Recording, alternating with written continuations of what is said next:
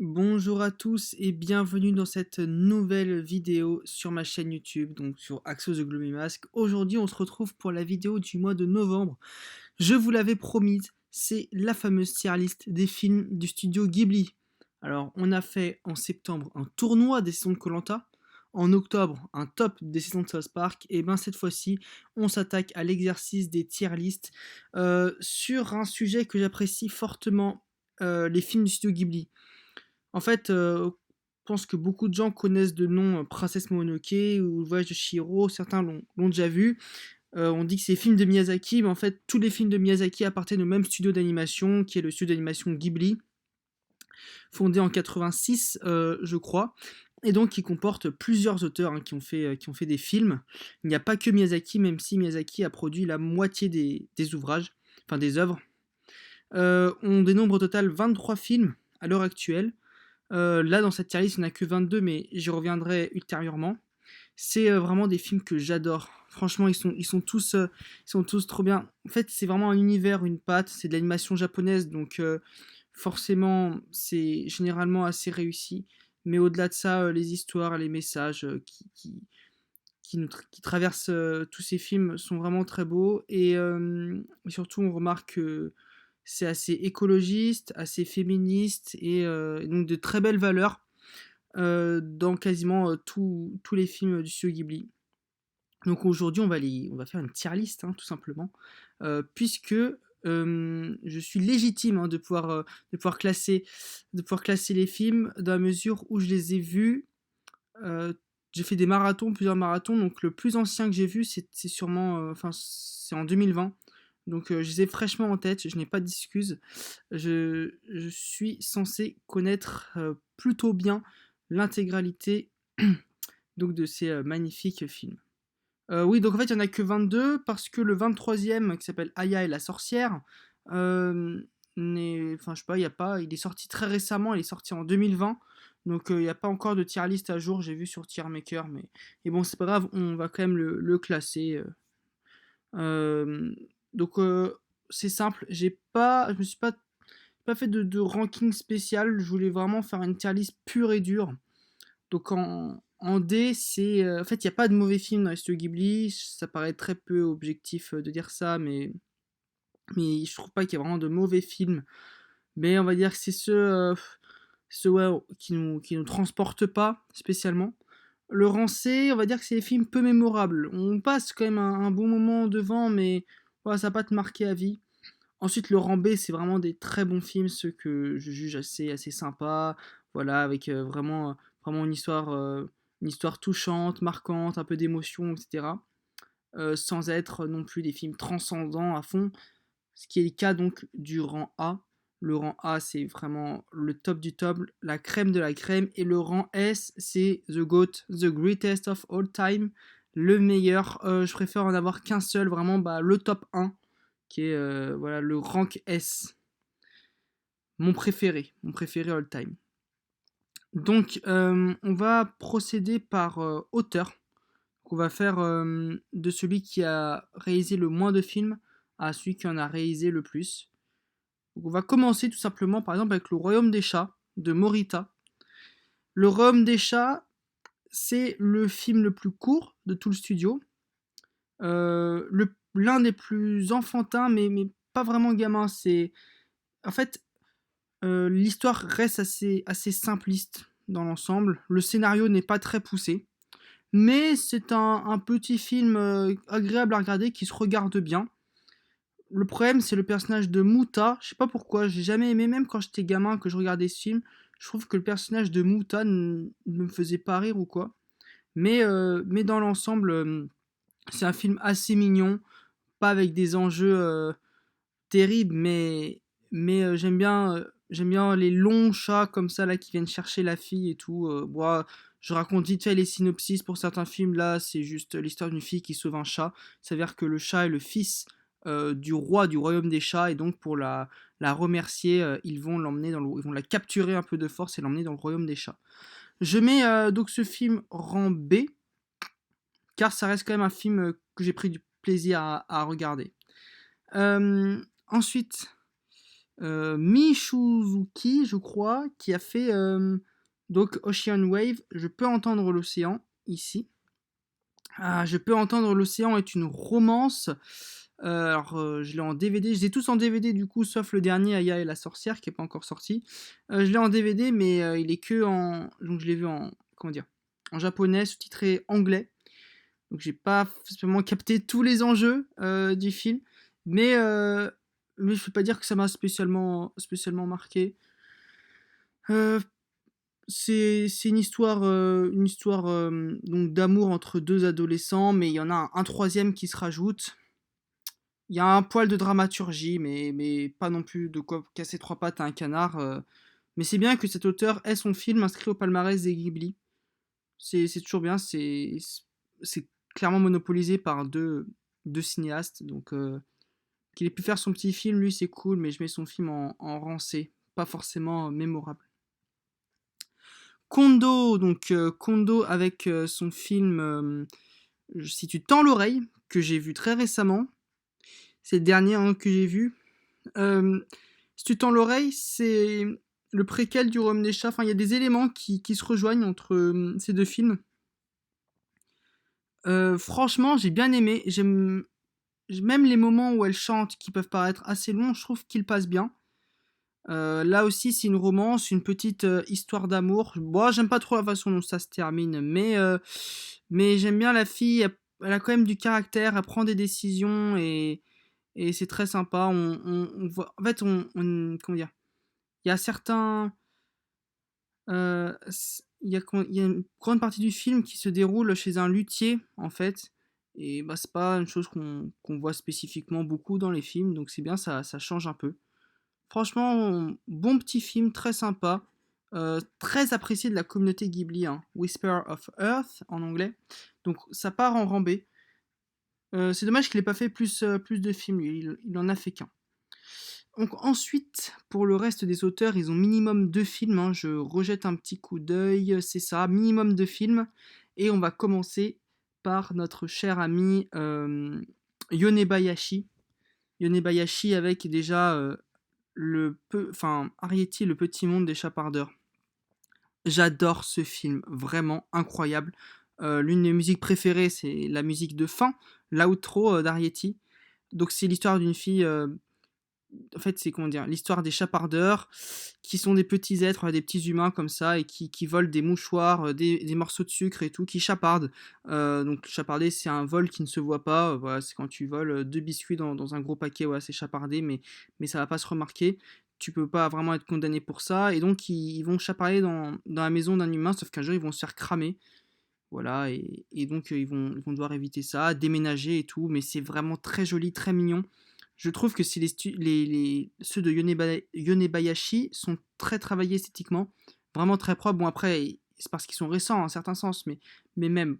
Et Arrietty, ça part en rang A, clairement.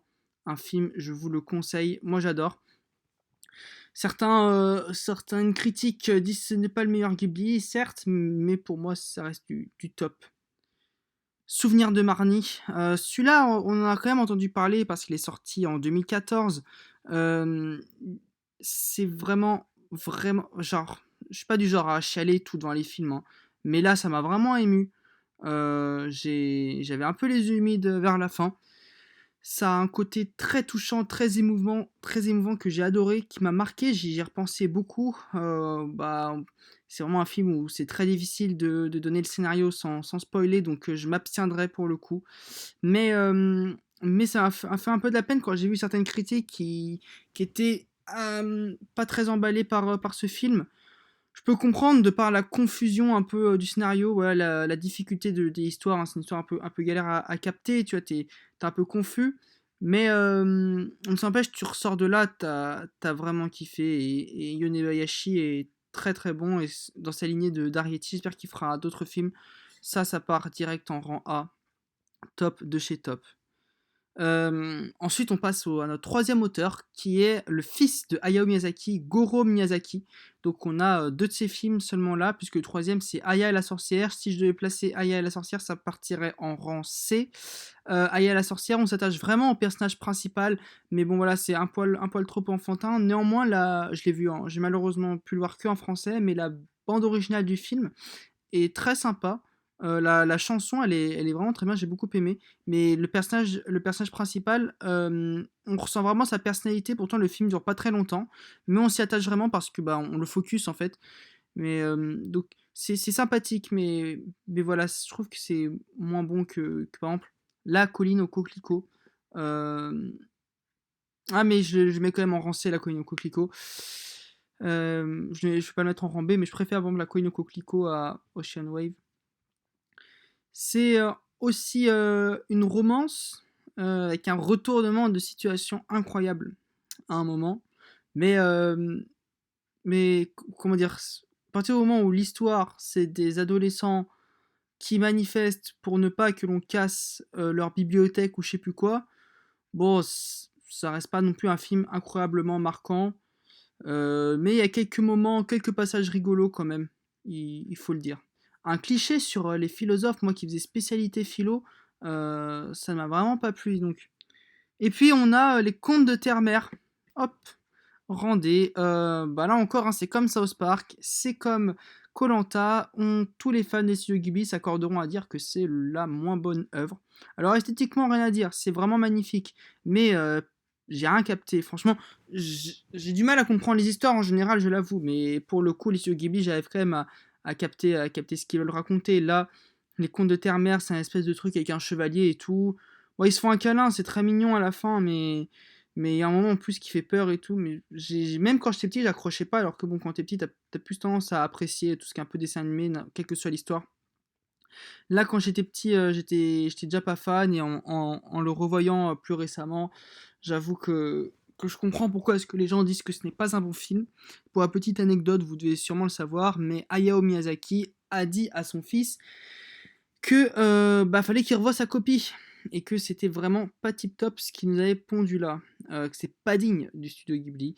Et je suis d'accord, je suis d'accord. Je saurais même pas vous faire un synopsis parce que bah, qu'est-ce qu'il y a à dire à part que ouais c'est un mec comment dire qui a été vendu en tant qu'esclave et tout. Enfin bon, bref. On va passer à Isao Takahata, le regretté Isao Takahata, qui n'est plus de ce monde, mais qui a quand même fait des films pour le studio Ghibli et un certain nombre. On va commencer avec Le tombeau des Lucioles, classé officiellement triste, le plus film... Ah, qu'est-ce que je raconte? Film le plus triste de l'histoire, pardon. C'est dans tous les tops, vous verrez, il est soit top 1, soit top 2, au grand maximum top 3. Mais en effet, c'est très larmoyant, hein. C'est vraiment très triste comme film. Je le mets en rang B. Euh, Bah, par contre, il est assez court. Mais c'est trop triste. Genre, vraiment, les mecs, là, c'est abusé. Bah, on suit deux enfants hein, pendant la guerre, la Seconde Guerre mondiale au Japon. On voit vraiment les atrocités de la guerre et qui vont essayer de s'en sortir. Voilà. Euh, c'est l'un des plus anciens, je crois, le deuxième film de Studio Ghibli, si je dis pas de bêtises. Donc l'animation reste quand même très belle. Mais alors pour le coup, si on devait dire le plus triste film des studios Ghibli, bah alors il gagnerait largement la Palme d'Or. Pourtant il y a quelques tristes, hein, quelques films putain, quelques films un peu moroses. Mais, euh, mais là le Tombeau des Lucioles, il faut quand même s'accrocher pour le regarder. Si vous êtes vous-même dans un bad mood, regardez plutôt le Royaume des Chats, ça va plus vous amuser. Quel autre film d'Isao Takahata? Eh ben on a Souvenir goutte à goutte. Ah, Souvenir goutte à goutte, non, non, je sais que le mettre en rancé. Encore une fois, les films du rancé, c'est pas des films que j'aime pas. J'apprécie énormément ces films, mais par rapport aux autres studios Ghibli, ils sont dans le rancé. Souvenir goutte à goutte, c'est toute une histoire. En fait, c'est long. Je l'ai vu, donc j'ai trouvé ça long. Et puis, bah, c'est un film pour la nostalgique, hein.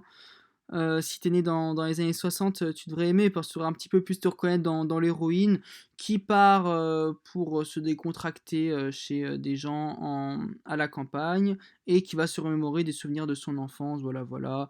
Bah, ça parle de sujets vraiment intéressants, par exemple les premières règles pour une fille, etc., les premiers amours et tout. Et elle se rappelle de ça. Alors, l'un de mes personnages préférés de l'histoire des studios Ghibli, qui s'appelle, je sais pas comment il s'appelle, mais il est dans ce film, il m'a vraiment fait rire, lui, il m'a vraiment surpris pour le coup. Ça va être son crush qu'on va suivre quand elle va aller à la campagne. Et il écoute du rap hongrois. Alors, je sais pas, ils ont mis du rap hongrois et tout en fond, ça m'avait pas mal surpris. Voilà, donc un film au tempo assez lent, voilà, basé sur le thème de la nostalgie. Pas, encore une fois, le Ghibli le plus mémorable. Et c'est vrai qu'à un moment, t'as quand même envie que ça se termine. Tout comme Pompoko. Mais Pompoko, je le mets quand même en rang B. Parce que Pompoko a le mérite d'être vraiment très très drôle. C'est un film qui parle d'écologie, hein, qui parle d'écologie et donc qui suit des tanuki, des créatures du folklore japonais qui peuvent se transformer en ce qu'ils veulent, y compris en humains, et qui tentent de sauver leur forêt. Bon, voilà, pour la ligne. Mais c'est un bad trip, le truc, vraiment. Tu regardes Pompoko. Après, le problème, c'est que c'est long, c'est vraiment trop long. À un moment, tu penses que ça va être la fin, puis non, et tout. Donc c'est quand même assez long comme film, plus de 2 heures. Cependant ça reste quand même divertissant, mais quand même certaines scènes un poil violentes. Donc, du pur Isao Takahata, je trouve que c'est le film qui ressemble le mieux à son style en fait scénaristique. Puis on a Mes voisins les Yamada, que je vais mettre pareil en rang B. Très sympathique film, très très très sympa.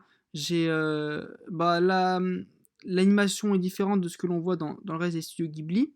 Et c'est le film le plus drôle, hein, clairement, des studios Ghibli. C'est basé sur le thème de l'humour. Autant là, on est sur la tristesse, là, on est sur l'humour. Comment est-ce que ce mec arrive à gérer clairement ces deux styles? Je ne sais pas. Il est clairement. C'est vraiment un génie de l'animation. Mes voisins les Yamada, on suit juste l'histoire d'une famille japonaise. Mais en fait, c'est marrant parce que c'est plein de petites histoires. C'est vraiment plein de petites histoires, de petites vignettes et qui s'attardent tantôt sur la mère, tantôt sur le fils, tantôt sur le père, la grand-mère ou la fille. Très, très sympa, très marrant, un bon moment, euh, mais avec quand même quelques problématiques hein, dans leurs aventures. Et puis l'ultime film, on peut le dire, hein, l'ultime film, et quel film d'Isao Takahata, Le Conte de la Princesse Kaguya. Mais alors, franchement, c'était incroyable. J'ai adoré. Je m'attendais à rien en le voyant. L'animation est déjà magnifique. En fait, ça retranscrit juste un conte japonais. Donc, d'une petite fille qui est née dans un bambou et qui grandit 3 fois plus vite et qui est destinée à être une princesse. On suit toute son histoire, ça vous transporte. Et là, les 2 heures, elles passent vite. Elles passent vraiment très très vite. La fin, mais complètement renversante. C'est très émouvant, très beau, très poétique. Magnifique film et je suis. Bah, c'est son dernier, hein, vu que, comme je l'ai dit, il est malheureusement décédé. Il laissera donc une empreinte indélébile sur, d'une part, le studio, mais sur le cinéma d'animation japonais dans son ensemble. Et surtout avec son dernier chef-d'œuvre, Le Conte de la Princesse Kaguya, que je vous conseille, mais alors 1000 fois sorti, en plus assez récemment, je crois, en 2013. Donc maintenant, on va passer au film du grandissime Hayao Miyazaki. Donc là, vous allez plus connaître, je pense, pour ceux qui ne connaissent que moyennement les Ghibli. Et on va voir que ça va plutôt être vers le haut que vers le bas. Cependant, on commence par Porco Rosso. Porco Rosso, je le mets en rang B quand même. Parce que Porco Rosso, ça se passe pas au Japon, ça se passe en Italie. Donc, un petit changement par rapport aux autres films. Un film donc, bon, qui parle de la guerre de l'aviation, de sujets très. Enfin, comment dire, de thématiques très récurrentes dans les studios Ghibli, mais avec un personnage qui est un cochon anthropomorphe. Et donc c'est assez réaliste en somme, oui. Ça, par contre, c'est assez réaliste. Euh, c'est drôle aussi. Non, franchement, c'est sympathique, mais c'est vrai que c'est quand même un Miyazaki assez particulier où il fait parler la passion. avant tout. Le château dans le ciel. Pareil, Rambé, château dans le ciel. Oh non, Rancé quoi. Quoique Rancé. En fait, c'est l'un des studios des Miyazaki que j'aime le moins, même si encore une fois, ça reste dans le top, hein. C'est presque du Rambé, ouais, c'est du B- si vous voulez. Mais le château dans le château dans le ciel, un bon OST magnifique. Mais la deuxième partie, en fait, la deuxième partie où on va vraiment dans le château, hein, là aussi c'est un des premiers films du studio Ghibli. La deuxième partie, on va vraiment dans le château, transporte vraiment et certes magnifique, mais toute la première moitié du film, je l'ai trouvé un peu lente. Les personnages principaux sont en fait, en fin de compte, transparents et ne laissent pas retranscrire une personnalité particulièrement marquante que l'on pourrait voir dans d'autres films. C'est pour ça que je mets le château dans le ciel un poil en dessous.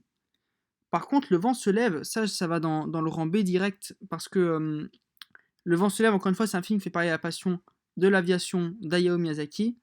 Très beau film, euh, plutôt triste aussi, et avec, je trouve, une thématique importante. Donc, c'est un japonais qui veut faire du Japon une puissance, une puissance mondiale, en tout cas du point de vue de l'armée de l'air. Et donc, on suit ce jeune ingénieur dans toute sa carrière. Et au final, il aura un choix crucial à faire, le travail ou sa famille. Voilà, donc très beau film sorti en 2013. Je recommande vraiment. C'est le dernier Miyazaki en date. Le château ambulant. Qu'est-ce que j'adore ce film. Oh là là, j'aime trop ce film. Bon, alors là, je raconte un poil ma vie, mais en fait, je fais souvent des cauchemars où, où, en fait, c'est une maison avec des jambes de poulet qui me coursent dans une forêt avec un ciel rouge. Et en fait, bah, je sais pas si j'ai commencé à faire ces cauchemars avant ou après avoir vu ce film, mais en tout cas, les maisons qui marchent, du coup, ça me fait penser à ce cauchemar. Et en fait, ça me fait pas tant flipper que ça m'intrigue. Je trouve ça stylé. Et donc bon, bah, vu que c'est un peu la thématique principale du film, ça aide. Mais ça parle pas que de ça, ça parle de la guerre, ça fait à la fois peur, à la fois rire. Je trouve aussi les paysages magnifiques et les personnages vraiment hauts en couleur parce que se côtoient, alors, une vieille dame, un feu, un chien, une sorcière, un sorcier guerrier et un petit garçon. Voilà, un casting plutôt original. Et plus sérieusement, c'est l'histoire donc d'une fille, d'une chapelière qui va se voir jeter un sort par la sorcière des Landes. Et ce sort, c'est qu'elle prenne carrément 70 ans, donc elle va devenir vieille et elle va se casser de sa maison et elle va tomber sur le château ambulant. Et c'est bien, ça parle aussi de la vieillesse, c'est vraiment magnifique. C'est l'un des films les plus marquants, hein, sorti en 2006 si je dis pas de bêtises. Kiki la petite sorcière. Kiki la petite sorcière, ça part en rang B. Kiki la petite sorcière, c'est un film qui est vraiment scindé en deux. C'est quand même toute une aventure, hein. C'est toute une aventure. Plein de moments, plein de rencontres. C'est fait de ça pour le coup, c'est vraiment réussi. De son point de départ jusqu'à l'apogée un peu de comment dire, de son arrivée dans une nouvelle ville et puis les problèmes qui s'enchaînent, etc., jusqu'à la fin heureuse. C'est tout un cheminement scénaristique que j'ai trouvé vraiment réussi et pas du tout stéréotypé. Donc voilà, là j'ai beaucoup aimé. En anglais, c'est Kiki's Delivery Service. Donc en gros, elle livre des pains, enfin, elle livre, comment dire, à des clients des trucs de boulangerie et tout, et tout. Elle va se trouver un métier, donc c'est l'histoire d'une petite sorcière bon, apparemment ça choque personne, mais puisqu'on dans ce monde-là ils ont l'air habitués aux sorcières et tout, mais qui va se rendre dans une nouvelle ville pour faire un petit peu son baptême. Tout le monde, alors tous ceux qui ont vu ce film, me voyez, chaque fois et c'est le même ressenti que j'ai eu, mais j'ai à chaque fois on se dit mais quel seum on a quand le chat il perd la parole. C'est pas un spoil parce que ça arrive quand même tôt dans le film, mais c'est vrai parce qu'elle a un petit chat qui est très attachant. Euh, pour ce qui est comment dire, de mes voisins Totoro là, mon voisin Totoro, pardon. euh, ouais, ça pique, hein. Ça, non, non, non, quand même, quand même. Non, je peux pas le mettre en C. Je peux pas le mettre en C, mon voisin Totoro. Mais c'est pas mon Ghibli préféré parce que c'est la mascotte un peu, hein, des studios Ghibli, Mon voisin Totoro. Euh, Plein de gens connaissent ce film. Parce que voilà, c'est. Mais c'est bien parce qu'en fait, c'est un film pour les enfants, mais tu montres ça aux petits, ça va pas être un film qui va leur parler spécialement, parce enfin, justement, ça va leur plaire parce que ça ressort complètement de ce qu'ils ont, de ce qu'ils voient d'habitude.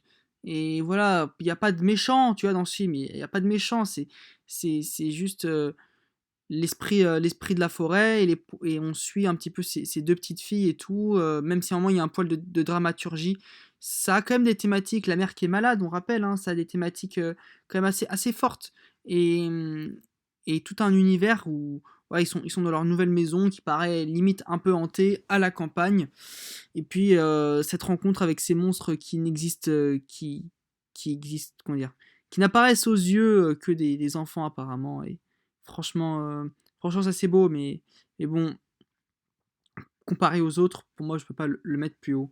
Pareil pour Pogno sur la falaise, bah c'est vrai que je mets plus bas les films qui paraissent assez enfantins, qui sont finalement faits pour les petits. Mais c'est mon ressenti, c'est mon avis. Pogno sur la falaise, je trouve limite même un peu énervant à certains moments. Bah, c'est un peu bizarre quand elle est en mi-humaine, mi-poisson. Mais bon, pas grand chose à dire en fin de compte sur ce film. Là, ça parle plutôt du domaine maritime, un peu comme La colline aux coquelicots. Donc ça parle de la mer, voilà, ça change. Mais bon, c'est l'histoire d'amour entre une petite fille mi-poisson bizarre, mi-humain chelou et d'un petit, voilà. Princesse Mononoke. Ce film pète la classe. Ce film est frais. Voilà, c'est abusé. Bah, je l'ai revu récemment encore une fois. Incroyable. Vraiment, mais tout le monde tous les personnages sont stylés. Alors, c'est violent, hein, il y a de la décapitation, des bras qui partent et tout. Mais ça parle quand même. Ça parle d'écologie, de protection de la nature et tout, et des hommes, en fin de compte, la bêtise humaine. Donc on suit un héros qui s'est fait maudire, qui a une malédiction en lui, et donc qui va fuir son village. Et il va être accueilli dans un autre village qui fabrique des armes à feu et qui veut détruire la forêt pour s'étendre. Voilà, et surtout qui veut récupérer la tête du dieu de la forêt et tout. Des méchants vraiment classe.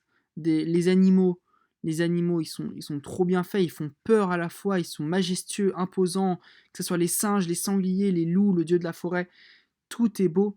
Puis la scène où il lève la tête, non mais désolé, mais où il pointe la tête comme ça, c'est incroyable. J'adore Princess Mononoke, mais ça reste quand même pour un public averti. Ah, lequel des deux va aller en rang S? Et bah, ça sera. En tout cas, Chihiro part en rang A. Le voyage de Chihiro, je sais pas si je surcote ce film, mais en tout cas, je le trouve parfait. Parfaitement réalisé. C'est parfait. Point barre. Bah, je pense que quand même beaucoup de gens l'ont vu. Ça reste un classique sorti en 2002. C'est bah, l'histoire d'une fille, une petite fille qui comment dire, ses parents vont faire un tour en voiture et ils vont s'arrêter devant un village abandonné. Ils vont manger parce que c'est de la bouffe, ils vont être transformés en cochons. Du coup, la petite fille va être livrée à elle-même, à elle seule, et va se rendre sur un bateau. Et quand même, ce bateau, c'est comment dire, c'est des termes en fait. C'est des termes, des bains pour donc les monstres, les esprits qui viennent trouver du réconfort et donc se détendre, se laver là-bas. Mais en fait, là, encore une fois, ça s'appelle bien le voyage de Chihiro, parce qu'un voyage, c'est fait de quoi? C'est la découverte d'un nouveau lieu, d'un nouveau pays, et surtout, c'est fait de rencontres, et il n'y a que ça. Des personnages qui s'ajoutent, des rencontres marquantes, des voyages dans le voyage, enfin, tout est beau dans ce film, vraiment, il est parfait. Ça marque, pour le coup, il marque vraiment. Entre la peur, un peu le rire, la tristesse, c'est plein d'émotions comme ça qui font que le voyage de Chihiro est pour moi un chef-d'œuvre de l'animation japonaise incroyable. Et je comprends ceux qui disent que c'est le meilleur film japonais qui ait jamais existé, en tout cas le meilleur film d'animation japonais qui ait jamais existé. je suis d'accord avec eux, Voyage de Chihiro, c'est un des meilleurs Ghibli. Mais pour moi, mon préféré, c'est Nausicaa de la vallée du vent. Ah ouais, c'est vrai, c'est le tout premier Ghibli, c'est un peu con au final de dire que son préféré c'est le premier qui a été fait en 1984, avant même la création du studio, mais bon, c'est considéré comme un studio Ghibli parce que l'équipe technique qui a travaillé sur Nausicaa de la Vallée du Vent est la même qui a composé et qui a créé ensuite, qui a fondé le studio Ghibli. Donc il fait partie des 23 films du studio Ghibli, mais Nausicaa de la Vallée du Vent, oh, oh là là, je saurais pas. L'héroïne, elle est tellement stylée, et en fait, c'est l'histoire d'une forêt toxique à proximité d'un village et des habitants qui vont tout faire pour repousser comment dire, l'infection. Mais en même temps, on a une guerre en parallèle et tout. Et encore une fois, l'humain avare, cupide, qui va toujours en vouloir plus et tout. Et ça parle d'écologie, encore une fois, de femmes fortes et tout. Franchement, c'est un très très très bon film. Euh, je ne fais que le conseiller à chaque fois, mais surtout ça parle des insectes. Et ça met en avant les insectes, voilà, c'est les trucs les moins respectés sur Terre, tu vois. Ils sont mis en avant, ils sont énormes, ils sont dégueulasses, mais ils sont aimés par l'héroïne. En fait, on est dans un monde mi-médiéval, mi-futuriste, avec des masques à gaz, des avions comment dire, ouais, des avions simplement qui vont vite, des petits, ouais, des petits appareils, ouais, c'est pas vraiment des avions, mais si, il y a quand même des gros avions, des vrais avions, et de l'autre côté, on est avec des moulins à vent, des armes à feu primitives, enfin bref, c'est assez particulier, il a réussi vraiment à créer un univers très très fort. Donc voilà, j'adore Nausicaa de la vallée du vent, comme tous les films du studio Ghibli, peut-être sauf lui que j'aime vraiment pas, mais du coup tous les films du studio Ghibli sont magnifiques. Voilà, donc vous avez ma tier list complète des films du studio Ghibli. Ne pas oublier Aya la sorcière qui est en rang C. Je vous conseille à fond de les voir, de vous faire un petit marathon. Ils sont tous disponibles sur Netflix. En tout cas, je crois les 22 premiers sont disponibles sur Netflix. Donc foncez, régalez-vous, faites-vous du Takahata, faites-vous du Yobaneshi, je sais plus, du Morita et surtout du Miyazaki. Allez-y, le studio Ghibli est vraiment le meilleur studio d'animation qui ait jamais existé. Ghibli meilleur que Disney, voilà, c'est dit. Bon, sur ce, préparez-vous à des petits feats YouTube avec d'autres YouTubeurs. Je sais pas si je sortirai ça sur ma chaîne, mais en tout cas, je serai présent sur la chaîne des autres. On se dit à très bientôt. Pourquoi pas un autre truc du genre, pas une tier list, pas un classement et pas un tournoi, mais un autre truc du genre pour parler d'autres choses, encore une fois, que le foot et Crossy Road. Mais si un Crossy Story, bien évidemment, ça va sortir. Sur ce, les amis, je vous dis à très bientôt et passez une bonne fin de mois de novembre. Allez, ciao!